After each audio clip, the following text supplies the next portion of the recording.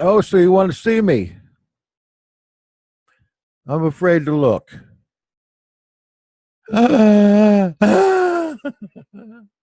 Woo!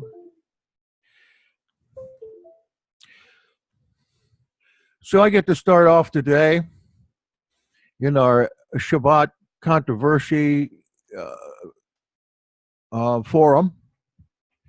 I have to think. I took a little nap in between services there, so I'm a little foggy right now. But I have an audio of a sermon from a priest of the Roman Catholic Church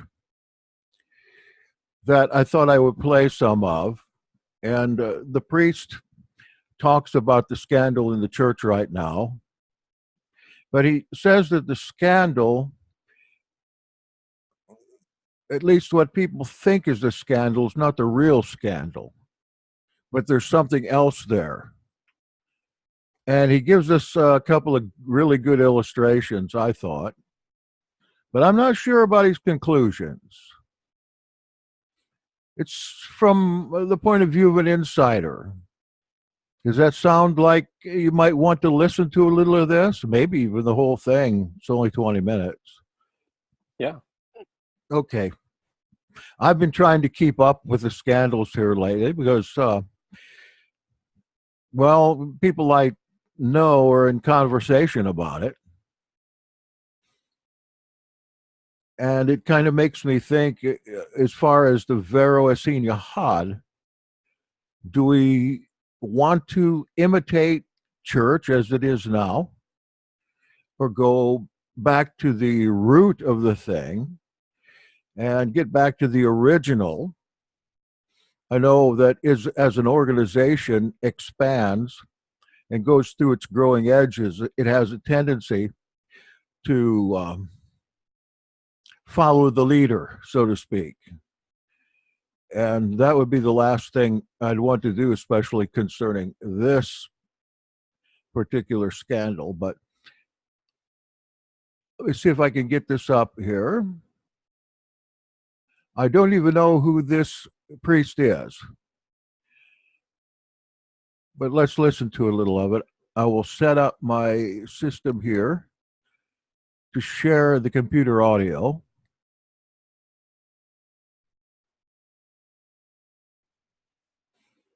I'd be very interested to know, especially what Norman's take on this is, because he's kind of the class critic.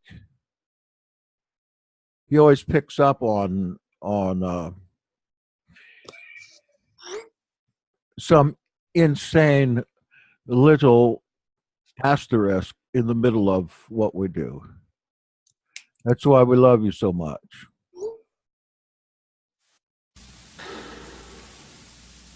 In the second reading today, St. Paul tells us that we have to make the most of our opportunity. Days are evil. We aren't just simply living in days that are evil, we are living in the days that Isaiah spoke about. The days when they will call evil good and good evil.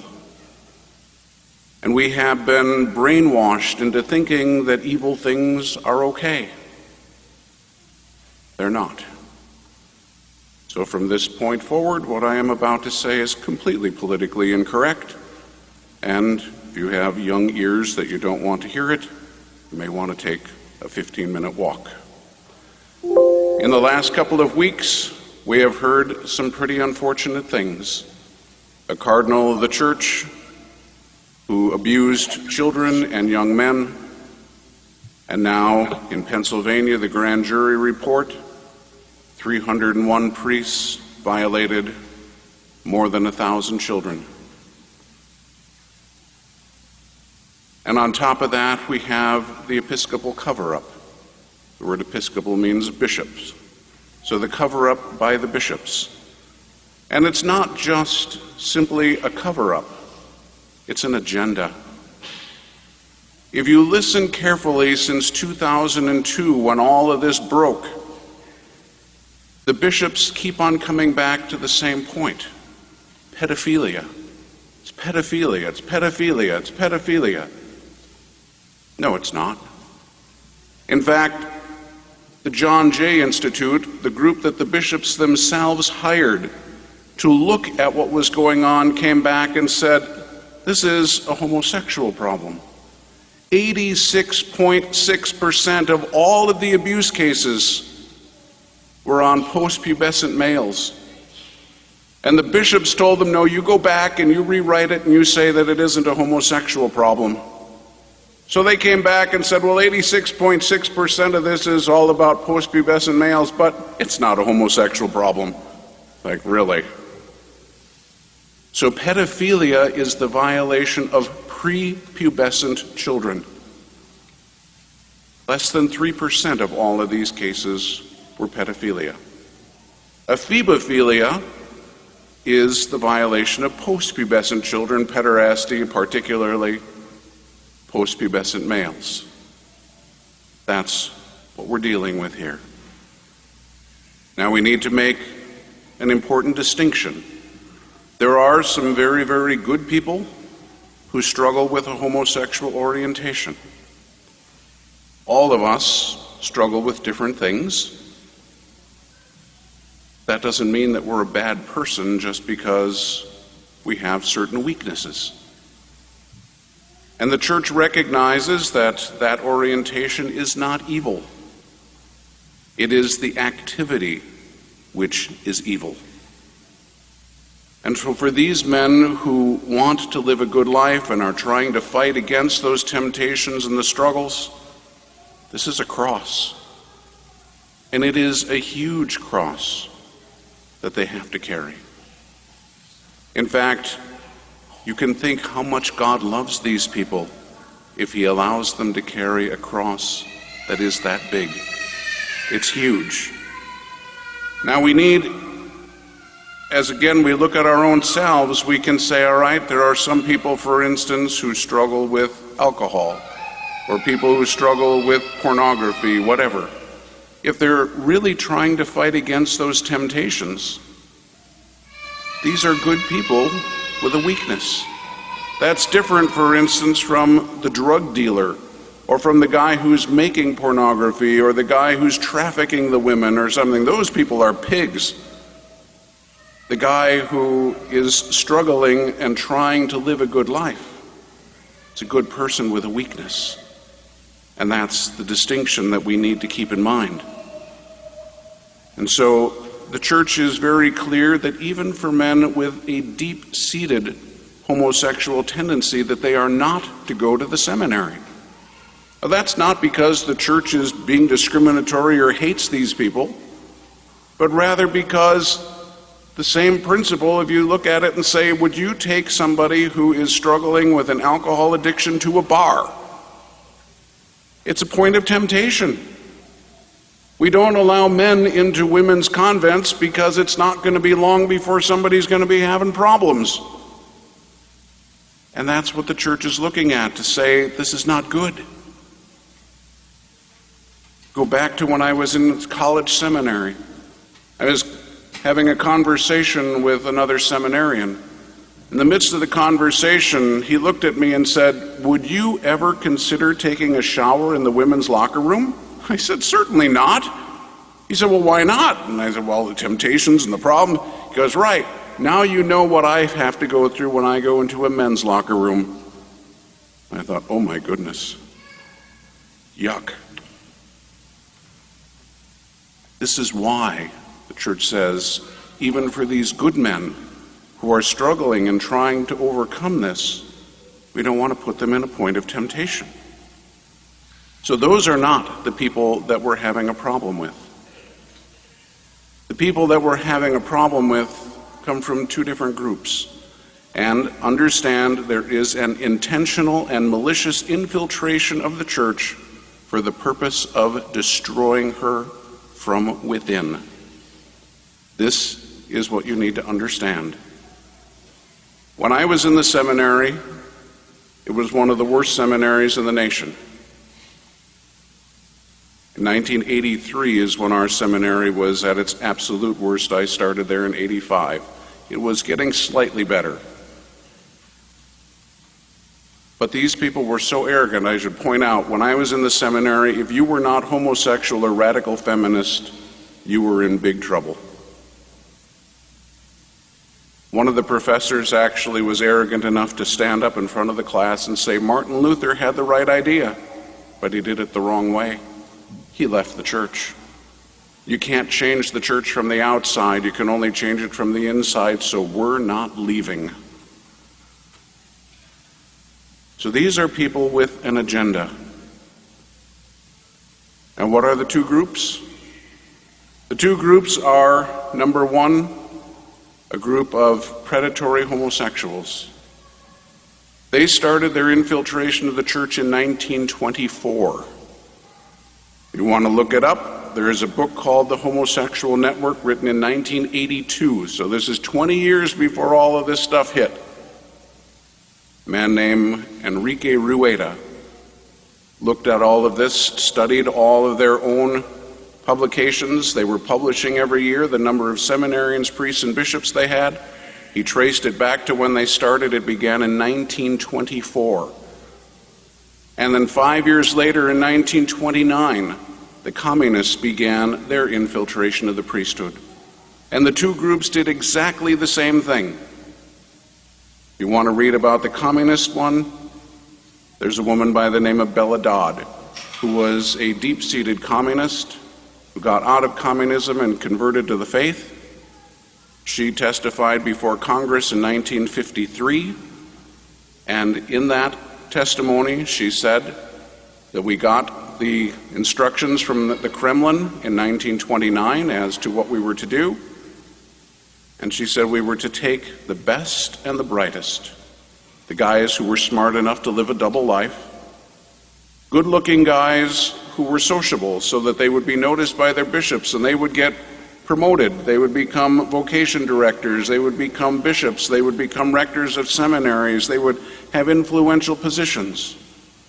And she said, we were successful beyond our wildest imagination. She said, I am personally responsible for more than 1,200 seminarians, priests, and bishops. And in 1953, mind you, again, now they started in 29.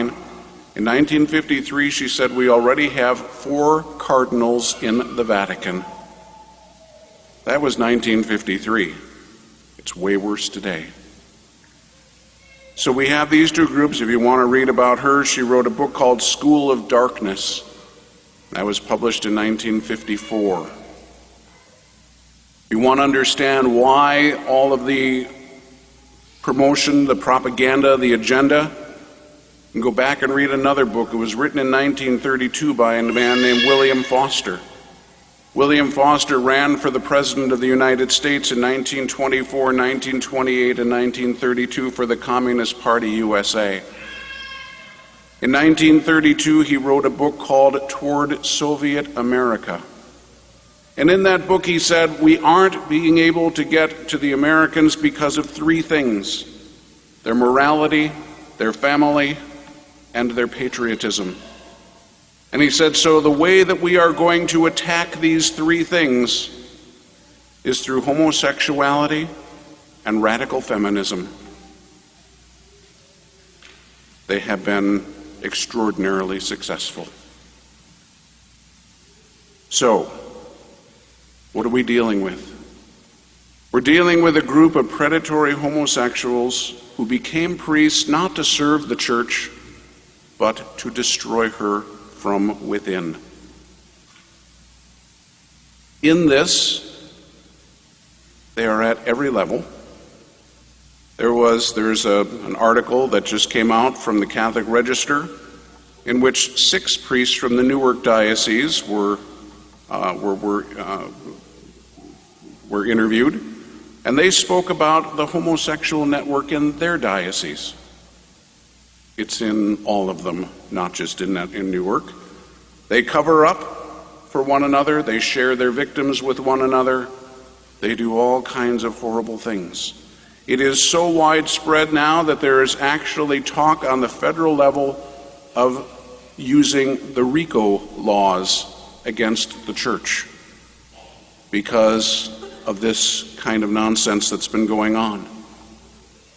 And people ask, why don't the good priests speak up? I was talking to a friend of mine the other day. He looked at me and he said, I've known about this for 50 years and you've known about it for 40 years.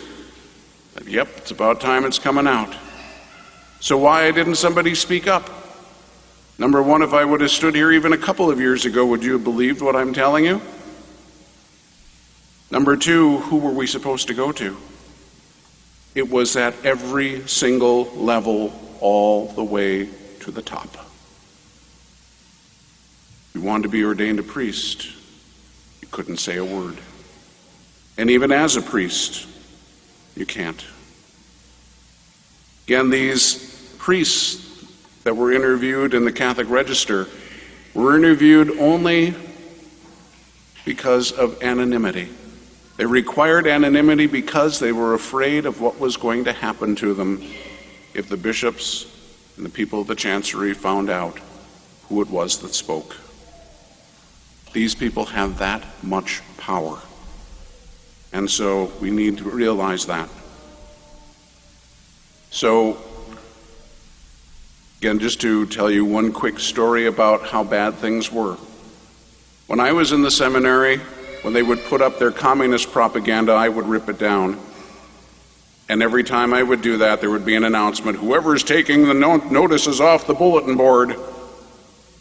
When I would put up a notice that says we're going to pray the rosary, that would get torn down immediately, and there was never anything said. Now, having said that, thankfully the seminary today is way, way better than it was. These young guys are not having to deal with this trash, but that was the climate at the time. Now, if we just use the McCarrick situation, since that's been in the news, everyone is disgusted with what this man did to boys and to young men, and rightly so. But anybody, by the way, who thinks that all of this is just great, they're such nice people and they're no different, look at what McCarrick did. That is what predatory homosexuality looks like. These are not nice people who are just like everybody else. But as disgusting as all that is, think about the fact that this man was in the pulpit for 50 years. He sat in the confessional. He was in a bishop's office making decisions about priests' lives, about diocesan finances, about the direction of the diocese, and so on. He served on Vatican commissions. He was a consultant to the Vatican. He made lots of bishops. What kind of advice do you think somebody struggling with some sexual problem in the confessional would have gotten from somebody like this? What kind of men do you think might have been elevated to be bishops by somebody like this? Do you now understand why all that we get is fluff and stuff instead of good homilies? You understand why the moral problems in the diocese in the world aren't being addressed? That's what it's about. Where's the doctrinal integrity? Where's the moral teaching? If somebody's not living it, they're not going to teach it. Now there are, after this grand jury report came out a few days ago from Pennsylvania, there are several more states already talking about doing their own grand jury investigation. It'll probably go all over the place, so I say that to simply say there's going to be more in the news coming up. And as sad as this is, we need to recognize that it is actually something very good. It is the purification of the church, and that is going to lead ultimately to her crucifixion. Not many are going to remain faithful, unfortunately. But when we look at it and say, well, if this is what's going on in the church, what are we supposed to do? We're supposed to look at Jesus and say exactly what St. Peter said, Lord, to whom shall we go? You have the words of eternal life. Jesus founded one church, and that one church is the only institution in the world for the salvation of souls. It was founded for that purpose, and it will remain till the end of the world for that purpose. I have spoken with a number of people in the last week or two about what's going on, prayerful, holy people, and they have all concurred on the same point. Our Lady's work has finally begun. Praise God. She gave the bishops 16 years to clean up this mess. and they did nothing. Now we're hearing from the bishops the same exact thing that we heard back in 2002. Oh, we need more policies and we need to do so. It's like nonsense. We need action. We don't need more policies, but nobody's listening. It's too late. The bishops are even admitting that they have lost all of their moral authority. And nobody trusts them anymore, which is really sad because we do have some really good bishops. And they're going to get lumped in the same group. But remember that our faith is not in priests. It is not in bishops or cardinals. It is not even in the Pope. Our faith is in Jesus Christ, period. And we need to keep our focus on Jesus. He is the one who founded the church. He is the one who promised that the jaws of hell would not prevail against her. So this is a time of trial for the church. And the church is going to appear to be destroyed. The church is Jesus Christ. Look at what happened to Jesus.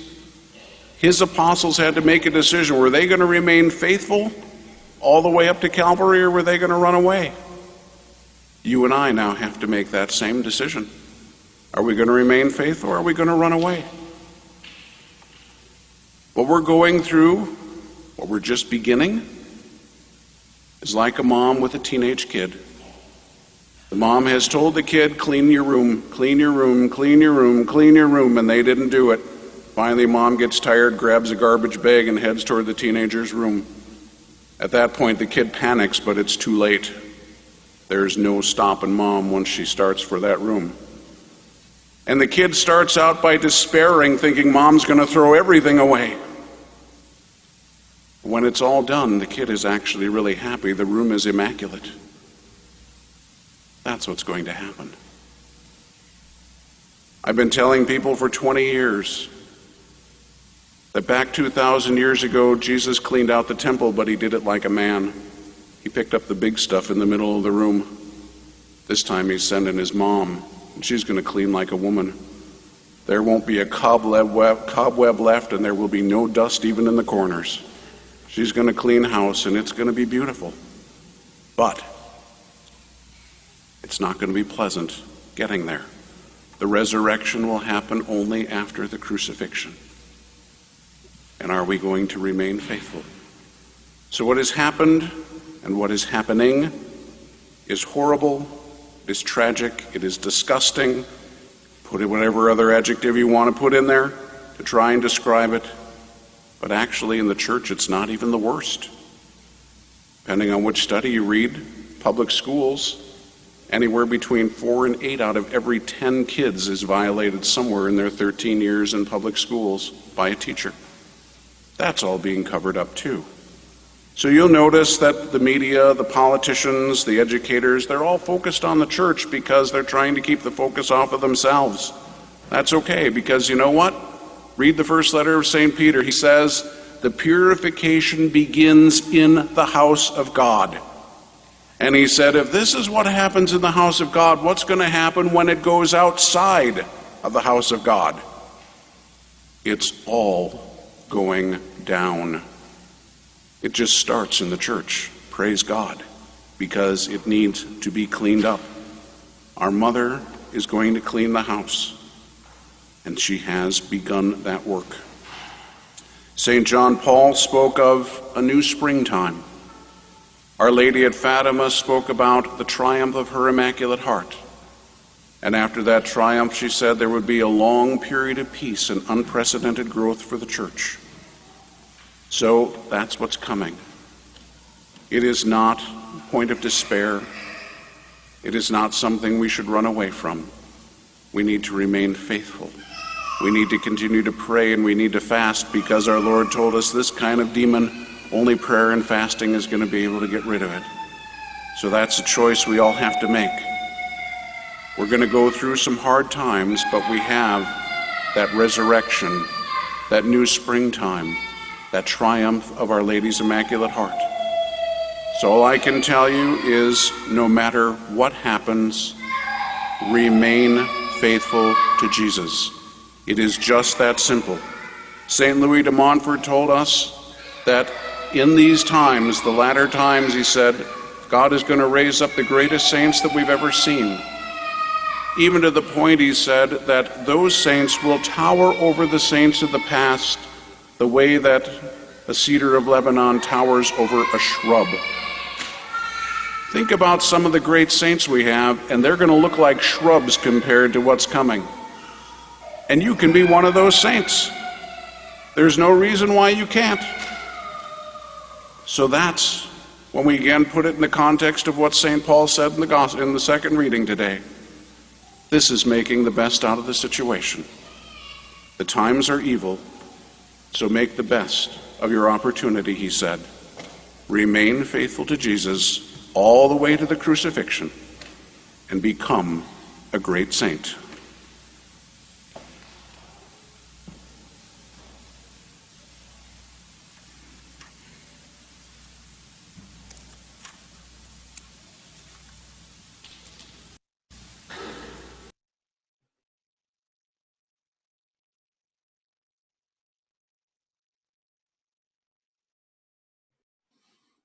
And there it was. This is one of the things that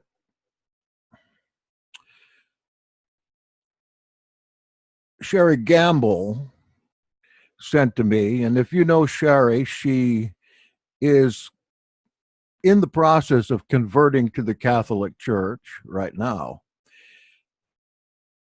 She has determined that the Catholic Church is the Church of the Master on earth, having followed the history from the Essenes on through the contemporary problems now. And her contention is that since this is the genuine church, speaking of the Roman Catholic Church, it's not up to the people to clean it up. It's up to Elohim to clean up his house. This is what she says. Or in the case of the priest, he says it's up to the Sacred Heart of Our Lady to do it. And I imagine that is one of the prophecies from Fatima. You might recall the secret prophecies of Our Lady of Fatima. The last prophecy was to come out about 10, 15 years ago, seems to me. And one of the things Our Lady predicted was the arising of communism within the Roman Catholic Church.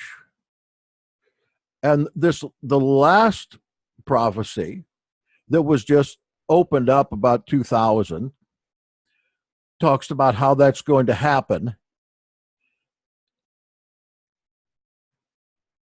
And evidently, this is what this priest thinks is going on right now, the last prophecy of Fatima being fulfilled. I don't know. Just a little rundown here. He said that the problem is not pedophilia, but homosexuality. He says that less than 3% of the cases were of pedophilia, but rather the majority has been of pederasty. Now, I told you before, I think, about my experience in Roman Catholic Seminary. I was there for 2 to 3 years in 1990 to about 92, be 2 years. And I'll just tell you again, I was the only Protestant in there, and I was in a class. Why did I go? Because it was the only seminary with the accreditation I needed to get to where I was going. And even at that, it was 100 miles away from where I was living. I'm talking about St. Vincent de Paul Regional Seminary in Boynton Beach, Florida.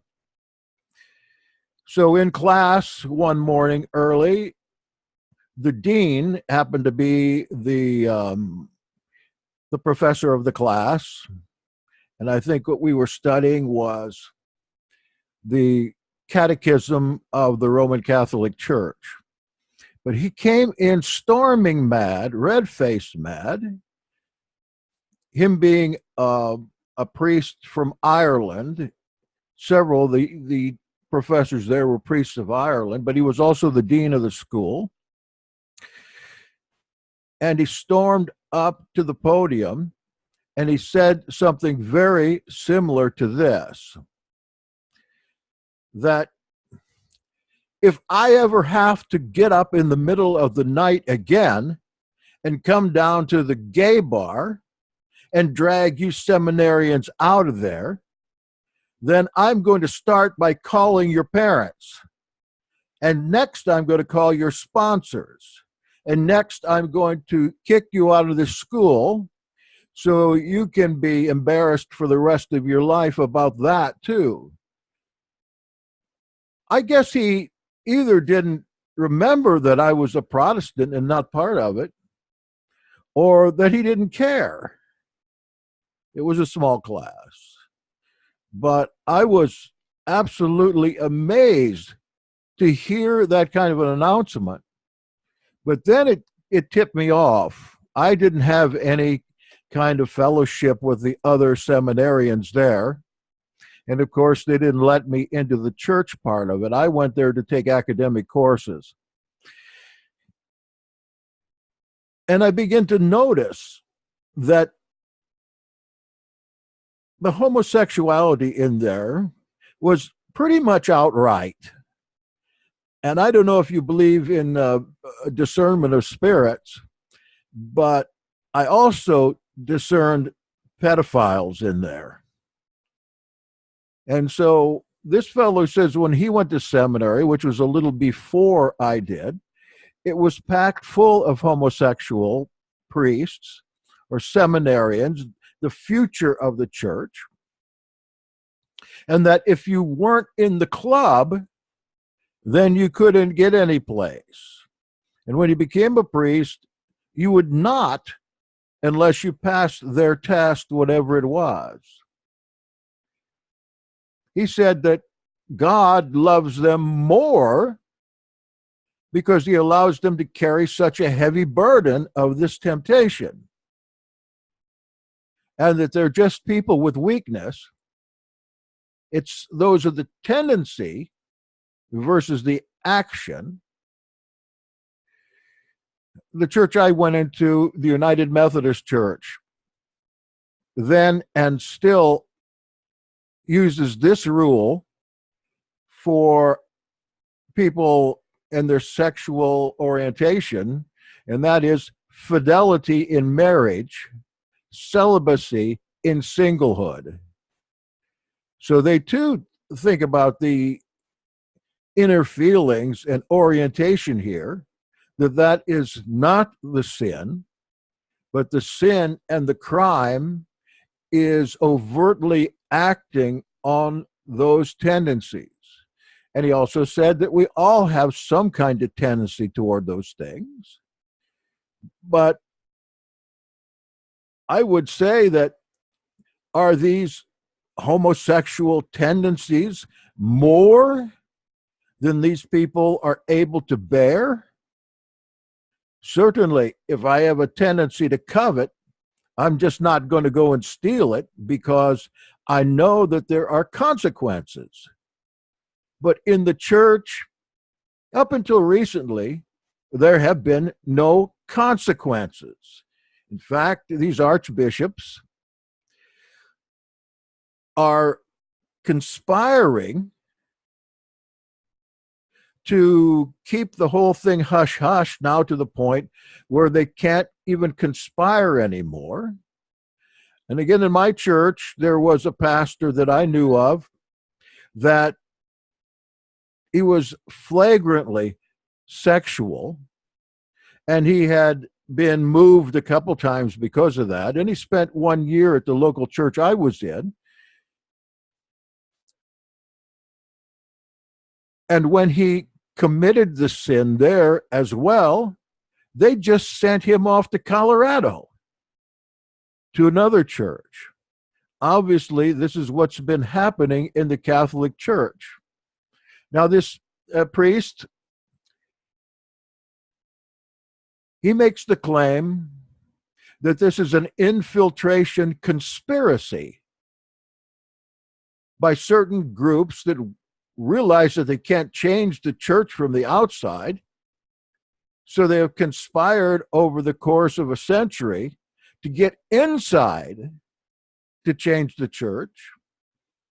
Really, he gave three different groups: predatory homosexuals since 1924, by communists, fake priests that go through the motions to get in there and are given their orders by the Kremlin.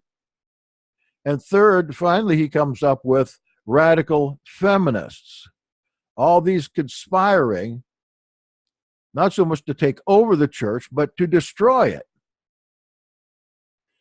And he says that good priests, they can't speak up because this is at every level. And even if they wanted to become priests and they had a true calling, they still had to get through the wiles of the conspiracy in order to finally become ordained. And it also seemed to me that the church he's speaking of is the Roman Catholic Church only, or the mother church. And finally, one other thing. Did you notice the child demonically wailing the whole time? No, the child was not just crying. This was a wailing, and it disrupted the entire sermon. All right, so I want to ask you for your opinion.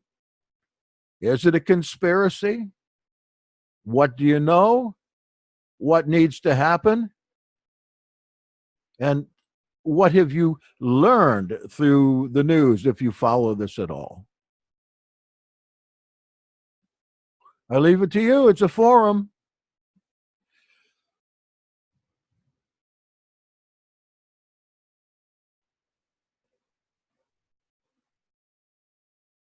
All right, I'll speak up since nobody I knew wants you to. would. That's Well, right. I'm here to the rescue. All you guys, cat got your tongue or something. I had not heard about the 1924 and 1929 things, so that's interesting to look into. I looked into buying one of those books already, and it looks like that the cheapest you can get it for in used paperback is $381.58. And if you want the new hardcover, it's $1,467.04. So that's interesting to me.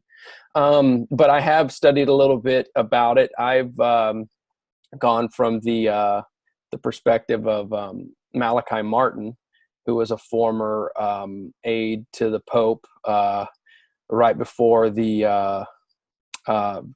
Vatican II. And then once Vatican II happened and he saw that the communists had their way from his perspective in Vatican II passing, he resigned and he started writing books. One book, he has a whole book called The Jesuits, and shows that they're the ones that are the communists. And so anytime you see communism versus republics or democracies in the world, he says that's just the Catholic Church. That's just the battlefield of the Catholic Church being played out in different countries. And many of the people who are behind communism, trying to take over countries, specifically in Central and Latin America or South America, is the Jesuit priests trying to influence from that angle. He also has a few novels that he's written, which are only written in novel form because he can't say this is what actually happened. He's dead now. And one of them is called Windswept House. And Windswept House is interesting to me because in that there is a prophecy that happens in somewhere in South Carolina, I believe, and he gives the reason why it needed to be South Carolina, that in the Vatican, 50 years from that date, that the Vatican would be handed over to Satan. And it's interesting that 50 years later, one pope resigns and another pope is installed. First time in over a millennium that had happened. So I've seen some of this. As for why does he wait so long to speak up? That's tough. You don't know what you would do in that situation. You're thankful that he's speaking up now, and not just speaking up, but speaking up to his congregation and letting them know what's going on. He obviously feels a conviction about it. He seems like a guy who's, who can't take it anymore and needs to clear his conscience and to help as many people as he can. But I mean, I would argue the same thing has happened in America too. It's not just the Catholic Church. I mean, we have the Communist Manifesto and the Homosexual Manifesto from the mid 20th century, and they say the same thing, but just pertaining to the American government. So that would be my take. Good take. Were you talking about Enrique Rueda? Yes. He's not the guy in the Chick comic, is he? I don't know. Lee, do you remember? There's an expose in Chick Comics about 20 years ago, maybe, that was really popular by an ex-Jesuit priest that exposed all this stuff in comic book form. And that's a collector's item now. Is it the same guy, Lee? You remember his name? Do you hear me? Yeah. Alberto Rivera. Alberto Rivera? Yeah, he was the one that did that comic book in the late 70s. Okay, I want to write his name down. It was a full-size comic. It wasn't a small chick track. I had a Jesuit book by that Malachi Martin, if I can find it around here somewhere. But if I could scan, if you'd want that in the scanning position in the Yahad, I could do that. Yeah, it's interesting. Even like just the first chapter, if somebody can't read the whole book, he kind of outlines the generalities of everything he's about to say in the book, and it's just a good, knowledge base of knowledge to have. Which book is that? I'll scan it this week if we don't get blown away by the hurricane. The Jesuits by Malachi Martin. Yeah. That's the factual story of what's going on. But he's got more information in novel form, like I said, because he just couldn't put it in factual. Yeah, the book is that thick. The book is about an inch, almost 2 inches thick. Yeah, I remember. I have been pretty successful in finding these rare books in PDF form, bootlegged here and there. So tell me the name of the Rueda book again. The Rueda book is The Homosexual Network, Private Lives and Public Policy. Okay. But that's tough to put into the Googles there. You might come up with some things you don't want. Okay. Got it. Well, yes, your comments, as far as I'm concerned, are right on. And one of the things that the person that sent this to me asked, do you really think this is a conspiracy? Would anybody like to address that? I hope.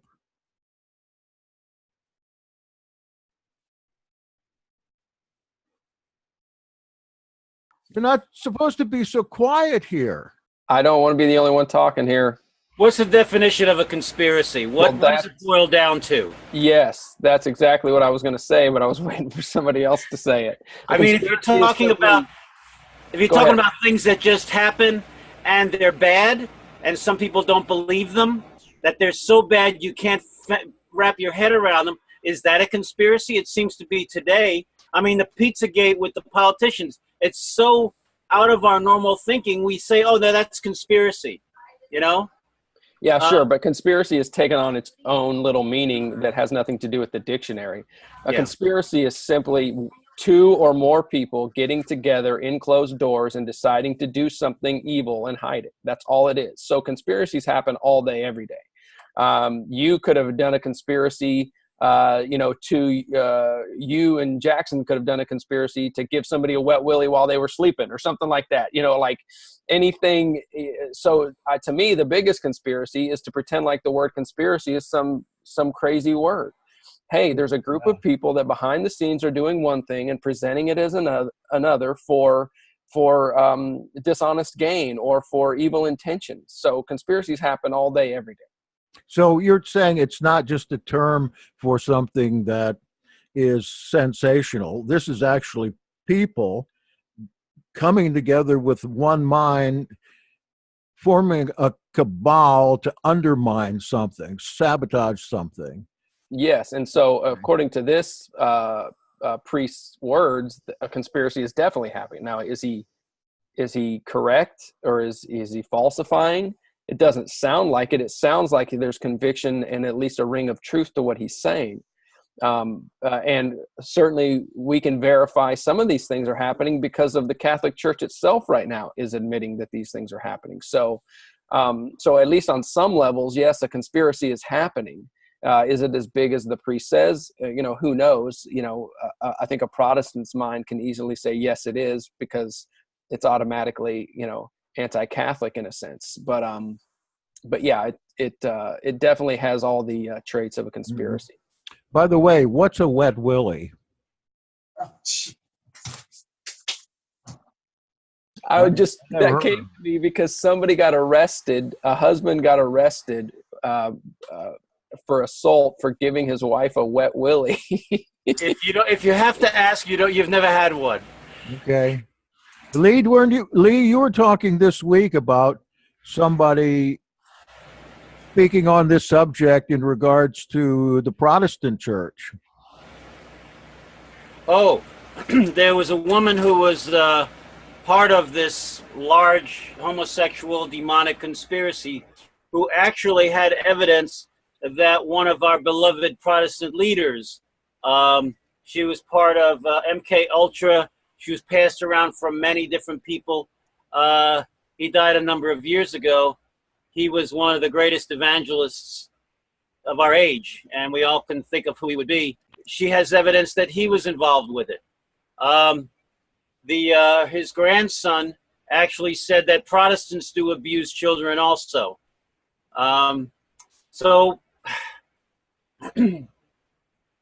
Like I say, that's an unbelievable thing. You don't want to think about conspiracy about someone of renown.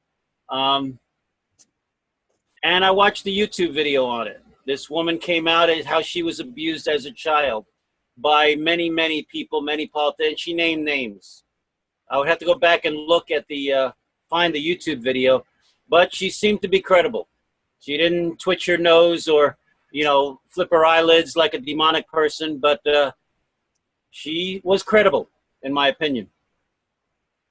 Thank you. Anne had her hand up. Anne? Yes, thank you. At the risk of being super spiritual, I truly believe that we must sharpen our discerning of spirits. We are entering a time when we won't be able to ask someone else what we're asking today. We will be confronted with the demonic presence, whether it is keen or whether it is not, and we will be required to call upon that presence in us, that Ruach HaKodesh within us, that tells us unequivocally the origin of the spirit within the being we are confronting. Whether we want to admit it or not, there are many demonic presences among us who look human. They are not. They could be totally not human or mixed human. We must have our discerning of spirits keen. And in order to develop that, we must go very deep and continually chisel that until we are constantly in tune with Ruach HaKodesh. Do you feel like generally, I don't know if you've had a lot of affiliation with pastors, but I'm thinking, and I agree with you, of course. In fact, we could look to Malachi Martin again and his tome, The Hostage to the Devil. It's one of the best books on demonic activity in the Catholic priests that I've ever seen. But the evil, the personal evil that has come into this is, if no other kind of conspiracy, a conspiracy of evil to bring these men together. Like this priest said, it's a club and it's all pervasive. How do you get around that? How are you able to work this through from the inside? It just seems to me such an impossible task. It would be better just to abandon this entirely and go on to something else. But it's not for us to discern. Ruach HaKodesh discerns it for us. And if we believe that this is isolated to any group, then we really need to chisel our discerning. Pastors are some of the major violators within their own families in the world. This is not isolated to Catholicism or Protestants or any other group. It is in all groups. And this is not the only thing this is not the only, however gross this is. And it hurts my heart. I can't really go all the way to looking at it, because I can look at it on the surface, but I can't emotionally go there because it is so painful. And it is the most vile. It is the most satanic. It is the most horrid part of what Satan Hasatan is attempting to do. And that's because every time anyone violates a child, every time anyone commits abortion, that is a sacrifice to Hasatan. Period. It doesn't matter who does it. It doesn't matter what part of the planet it's on. It doesn't matter if it's in the nation of the Vatican. It doesn't matter if it's in quote church. It is a sacrifice to Hasatan. Yes, indeed. And we, as believers, and if we call ourselves Essenes especially, we must discern it. Now, when we discern it, we will be given what we need to say if we will listen. But we must be pure in our own hearts, or we will never discern it. I'm not there, but I want to be there. Mm-hmm. I'm further than I was a year ago. I'm a lot further than I was 30 years ago. But I want to be there. And I'm, if we're going to be a group of Essenes, then let's be that. Let's not be ashamed of being absolutely on target with Ruach HaKodesh. He desires us to penetrate that veil. He desires us to discern, absolutely. He desires our lives to reflect who he is. And without it, they will get away with this horrendous demonic activity. Well, that brings up one other point here. Do we have any part in this? We're not in the Roman Catholic Church. Most of us aren't in any church at all. What's our part in restoring all creation here? Anybody have an idea? What should we be doing? May I speak to that even? And then whatever, I mean, our intercession. Our intercession. When we intercede and when we ask him with holy heart, when we ask Ruach HaKodesh to intervene in any situation that we see that may be or is demonic, he responds. He responds to our intercession. It's not a big deal. We just must care enough to ask him to intervene. Once way back in the 80s, I had a ministry that ministered to girls who were pregnant and they were being pressured to abort.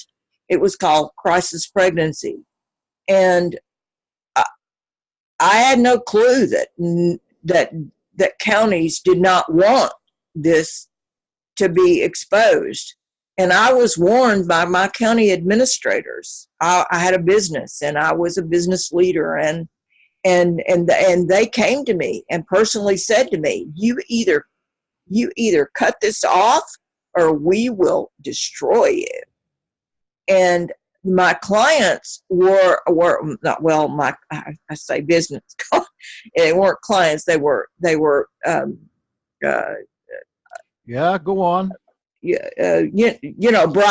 Girls who were pregnant and they were not married, but they were the daughters of the senators and the congressmen and the county officials, and they were impregnated by the same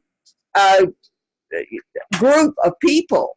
So they were pressing them to have abortions because they did not want the shame. And I was there to say, if you want to have this baby, we can cover you. We can send you to a place where you will be anonymous and you can put this baby up for adoption. And they came at me and said, we will absolutely destroy you if you do not abandon this crisis pregnancy effort. And I just simply said, you give it your best effort, but I shall not abandon my liberty. Okay. And Yahweh came through for me, but it was because I was so audacious. But our intercession is absolutely the key to unlocking the answer. Well, my hope and prayer is that the whole institution comes tumbling down. Because as and you it said, shall, if we intercede, it shall. It will. This is the last pope, trust me. This is the last pope. The Vatican is coming down. All the secrets that we are looking for are in the very, very, very bottom of the Vatican. All those scrolls we can't find, they're there because they didn't want us to know the truths. And this is the last pope. And this effort is coming down. I had a vision. I won't go into it right now, but I'm trust me, it's coming down. So what do you think about the call for Pope Francis to step down? Because the Archbishop is accusing him of knowing about this McCarroll thing now, and that he knew about it and covered it up. Do you think that They're he should all resign? evil. They're all evil. You go back as far as time immemorial, they're all evil. It is the most vile, evil institution that ever came on the earth. It's like it's the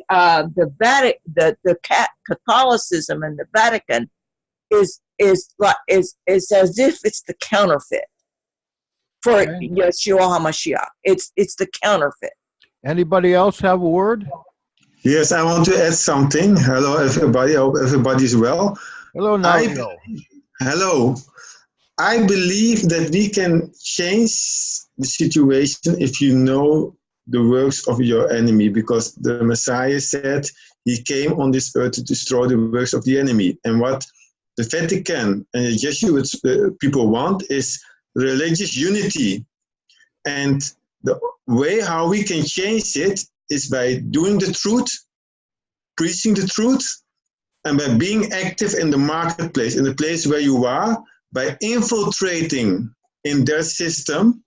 And what I know is if you infiltrate in the system and there are people who are willing to listen to the truth, that you can help them to change their heart and to change their view and rescue them out of that system. Because this is a system that keeps people into captivity. I've been there, so I know what they are up to. But if you can find people who want to be in unity with you and are also seeking for the truth, or for example in the Torah, there is a way to transform the whole situation, not only in intercession and praying, we're already doing that early in the morning, but also by doing it actively, by putting it into practice, by telling the truth to people, also on social media, but also face to face in the place where you are. I would ask, not out loud or asking for a poll, but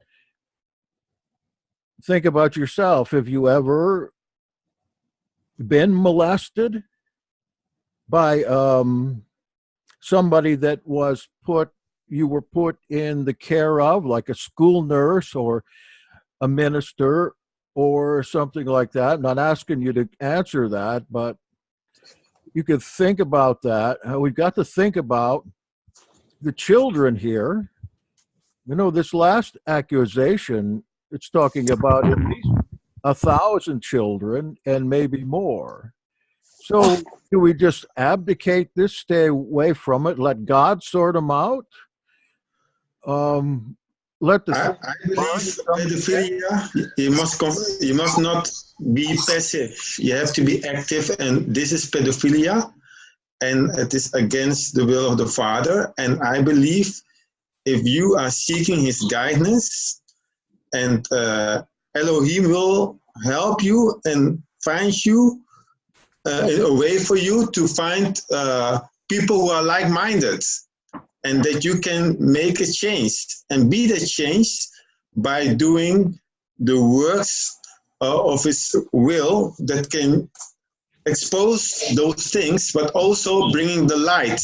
Mm-hmm. You have to be the light by putting things into the light, and then you can change a situation. I totally agree.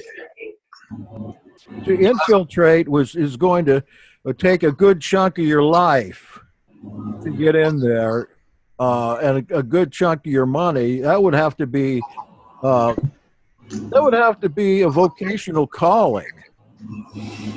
Actually, you come in contact with it when you're in the grocery store. You come in contact with it every day, because if you're willing, you will notice what Elohim Ruach HaKodesh is bringing into your midst. And it's not a big deal.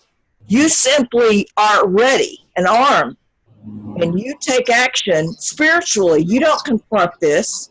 You do it spiritually. You do it in the throne room. You do it immediately when you see it's in front of you. It's not like you confront this entity. May I? Norman, you're up. Great, thanks. Just a brief note here. My personal opinion is I couldn't care less about the Church of Rome. And I'm surprised very surprised that there are those who wish to join them. And I'm afraid their study of history is faulty. Second, it's not just within the church. We mustn't forget that it is infiltrated now, your movies, your TV programs, the rock and roll music that we hear today. The kids think that it's the greatest stuff. And if you listen to the words and the rhythm that is played, it is pure satanic. And the kids love it. And that is a major problem today. The computer games, what happened down in the States just a few weeks ago. Mm-hmm. We see this time and time again. And again, even like I said, watching TV now, and there's not many programs that I can watch anymore. I watch maybe some of the historical programs and one or two others, but you turn on any TV program now and it is blatant homosexuality. It is in your face today. Oh, yeah. Yeah. Anyway, that's what I take with this lot. Well, I tell you, there's a good place to stop. We have to stop for today. Our time's up, but let's look into this a little more and bring it back to the fore next week in our forum. Does that sound good? Okay, great. Thank you all and for contributing today. I think this is a very interesting subject, and your responses were extremely interesting. Thank you.